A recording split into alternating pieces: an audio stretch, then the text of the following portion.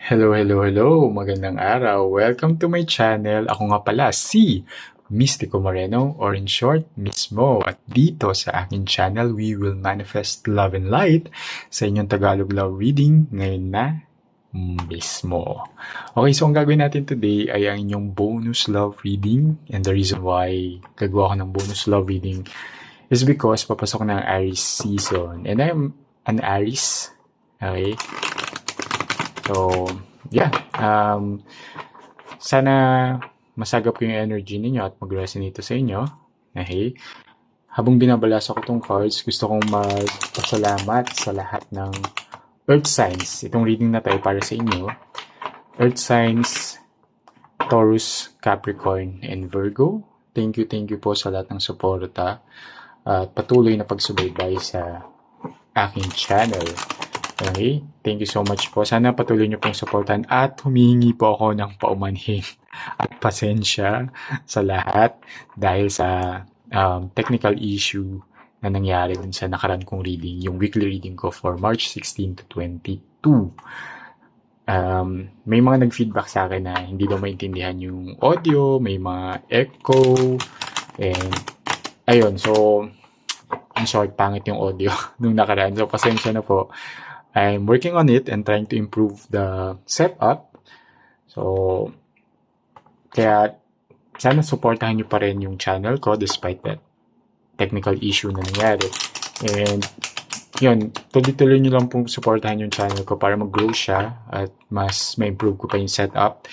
And I'll really do my best na makapag-post ng mga love reading ninyo na may maayos na video and audio. Okay, so please continue to support my channel by liking this video. It helps the channel grow.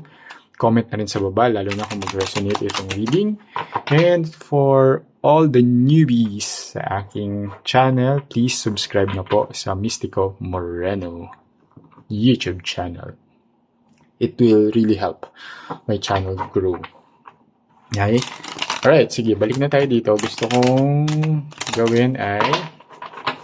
Okay, so bunot ako ng dalawang cards from this deck. And that would be the overall energy ng reading na to. Okay. Tapos, alamin natin yung detalye using the other tarot deck. But for now, let's see. So, I'll get the third card since March ngayon. Okay, the Hanged Man. And... Four of Wands. Okay. So, you might be dealing with a Pisces. Okay. And what I see here is you and your person merong temporary no contact situation. Meron on pause yung relationship. Pwedeng hindi mo na kayo nag-uusap. Okay. Or may nanghingi ng space, okay, para mag-reflect muna sa mga nangyayari, not just in the relationship, pero sa kanya-kanya nilang life that has been affecting the relationship. Okay, so parang let's have a break and have a Kit Kat. So let's have a break first. Not official breakup pa, parang just some space para makapag nilay-nilay, mag-reflect, or kung parang may tampuhan para lang mas lumamig muna yung mga ulo, gano'n. So may ganong energy ako nakukuha with the Hanged Man. And you and your person is, mahal nyo naman yung isa't isa. As seen here by the Four of Wands, okay? Four of Wands is a card, a very powerful card when it comes to relationship. So it's having a milestone together, a reunion. So at the moment nga may space kayo, but eventually magkakabalikan, magkakaayos din kayo, and from being apart you will reconnect and be together and resolve all the issues. And here, Four of Wands, for some, they interpret it naman talaga as parang twin flame energy. Okay? And very lucky din kasi pag nakita nyo, 4 of Wands, parang 1-1-1-1 siya, parang 11-11. And 11-11 is a very lucky number and good for manifestation. Alright, so that's the energy that I see here. Kaya merong moment of pause sa connection, sa relationship. It's temporary, again, and there's this willingness naman to really reunite, resolve, and reconnect, and move on from what has happened in the recent past. Okay? Sige. So, tingnan natin ano yung detalye ng overall energy na ito. Ayan. At habang binabalasa ko itong deck, gusto kong i-remind, as always, remind everyone that this is a collective reading. Lalo na I'm tapping energies of all earth signs. So, it may or may not resonate with everyone. Kapag hindi nag-resonate sa inyo, okay, huwag pilitin. Ibig sabihin, hindi ko nasagap yung energy niyo sa reading na ito. Okay? Kaya, abangan nyo na lang yung mga susunod ko pang love reading. Baka yun ay mag-resonate. Or, panoorin nyo yung mga past videos ko. Baka isa doon ay mag-resonate. Kasi, yung mga tarot and oracle readings naman talaga ay timeless siya. Okay, so check nyo na lang yung mga na-post ko ng videos. Best to subscribe talaga sa aking channel para updated kayo sa mga ipopost ko pang videos. Okay? And also, kung gusto nyo naman talaga na mas aligned or mas nakatune in tayo sa energy ninyo and mas matap natin yung mga kaganapan between you and your person na very personal. Bestest, kasi sinabi ko na best kanina. Well, it's helpful na instead of relying sa collective reading ay mag-book kayo ng personal and private reading. Okay, nasa description box naman yung email address ko. Just send me an email. I'll provide details ano yung mga readings na pwede kong magawa at pwede nyong explore. Okay? So, message nyo lang ako. Magre-reply naman ako ulit. Okay. So, ayun. Tara, tingnan natin. So, I'll get 8 cards from this deck. 8 card pa rin. Okay, first card. Oh, see? Death card. So, you might be dealing with a Scorpio. Second card. 5 of Wands.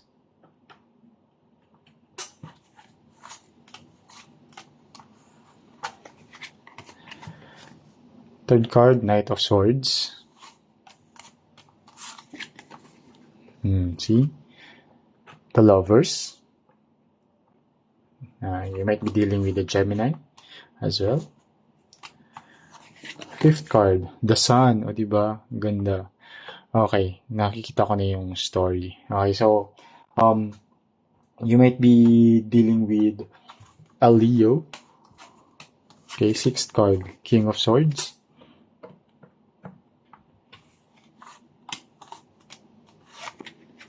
Seventh card, the Emperor. You might be dealing with an Aries. Okay.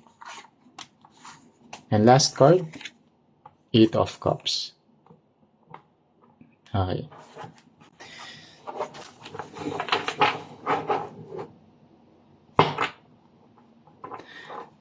Bottom of the deck, the Tower. Okay. So, yeah, there's a... Una, yung death card, don't think of it as like death.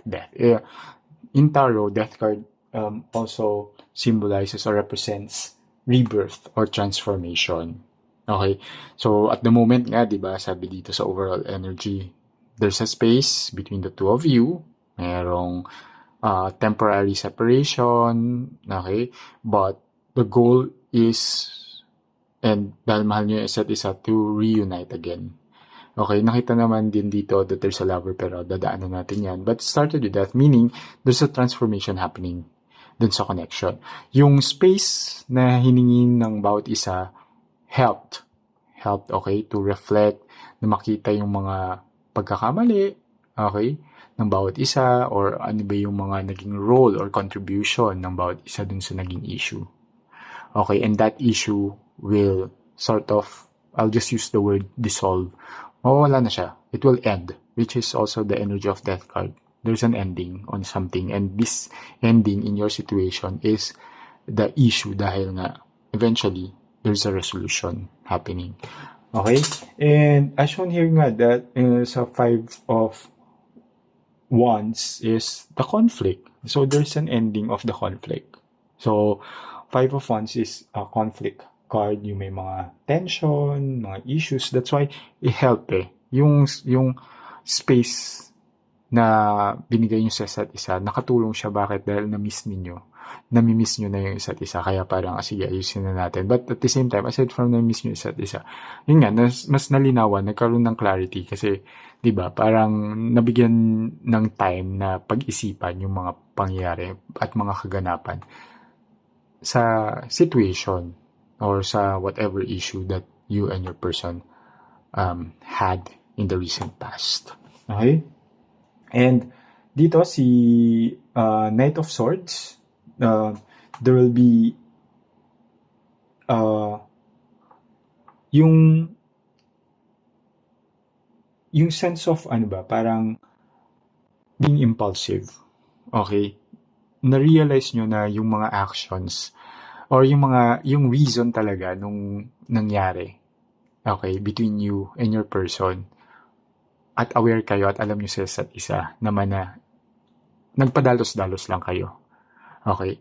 Maaring dahil sa nangyari, parang okay, nagbitaw kayo ng very harsh words unintentionally, or hindi nyo naman talaga intention na saktan yung tao. I mean, this can be you or your person. Okay? So may naging nangyari na ang root cause is pagiging impulsive, padalos-dalos, hindi pinag-isipan yung mga actions na it can be in words or in actions, okay? Na yun yung naging parang dahilan kung bakit you both ended up na, okay, let's have some pause muna. Kung in a relationship, parang okay, cool off muna, or even hindi umabot sa ganung point na mag-cool off or temporary break. Parang yun nga, time apart muna, okay, to work things out, starting sa self muna. But see, the lovers, mahal niyo yung isa't isa, okay? At the moment, kaya babalik din siya dun sa 4 of Wands, which is reuniting and reconciling. Here, the Hangman and 4 of Wands, because namimiss nyo na yung isa't isa at mahal nyo yung isa't isa. And as shown here by the Sun card, it's a very good card in tarot. The Sun card is a card of happiness. Okay? It's a card of a successful relationship. Okay? And magkasunod pa sila. So the lovers, so mahal nyo isa't isa at masaya ka sa isa't isa despite sa nangyari. Okay? Alam nyo sa sarili nyo na you're meant to be together. Okay? At mas magiging masaya kayo na magkasama kaysa magkahiwalay. Okay?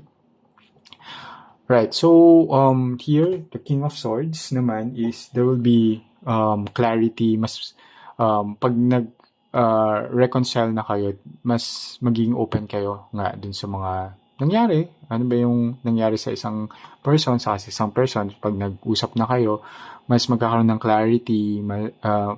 Nakikita ko dito, magiging honest naman yung conversation. Walang parang i-hide na information, or walang paligoy-ligoy pa. Sige, straight to the point na.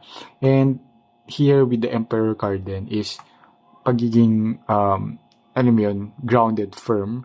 Then when it comes to what you really want, again, nag-aayos kayo tapos sinabi niyo na okay, sa susunod ayoko na ng ganito. Okay, sa susunod, ito na yung gusto kong mangyari. And that would be relayed properly, and gusto nyo na for the relationship to work, kailangan mangyari siya. Okay, and that's what I see here with the Emperor card, na mas magiging kayo talaga din, na yung magiging stable yung relationship dahil nga marirelay nyo talaga ano yung ayaw nyo and gusto nyo sa isang relationship.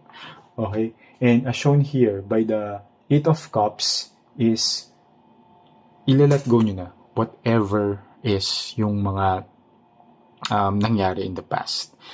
Sobrang mahal nyo isa't isa, masaya kayo sa isa't isa, gusto nyo na magkita, magkasama, kasi miss nyo na isa't isa. Okay? And that would really help na mas mapadali pa yung pag-let go dun sa naging cause nung separation.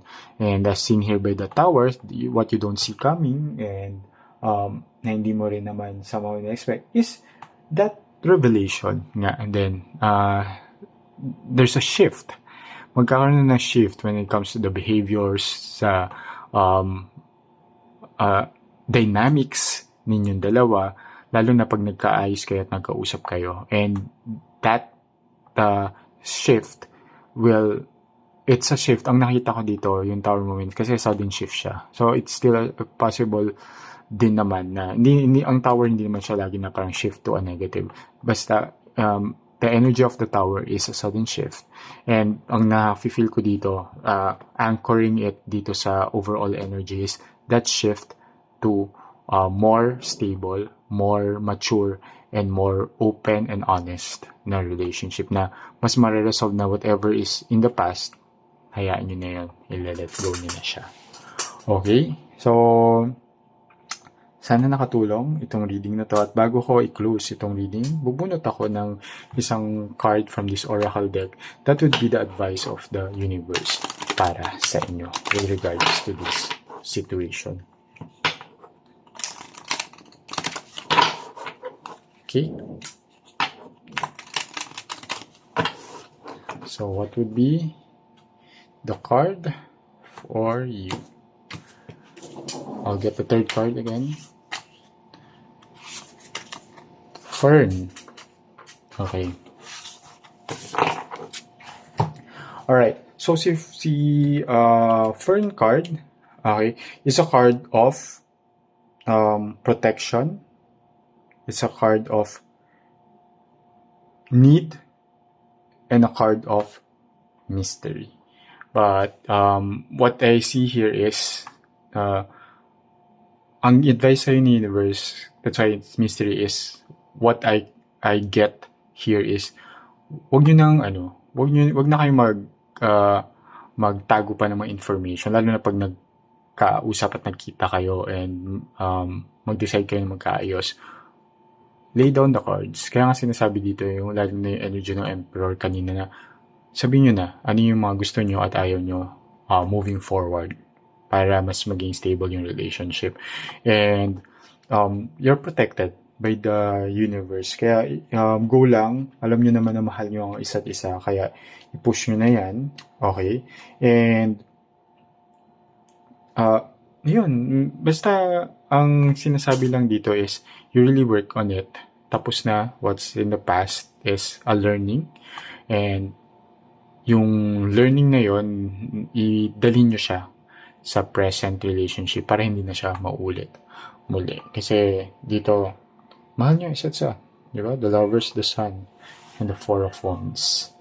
Okay? Alright. So, kita-kits na lang muli sa susunod ko pang love reading dito lang sa akin channel. Ako si Mystico Moreno, or in short, Mismo. Ingat!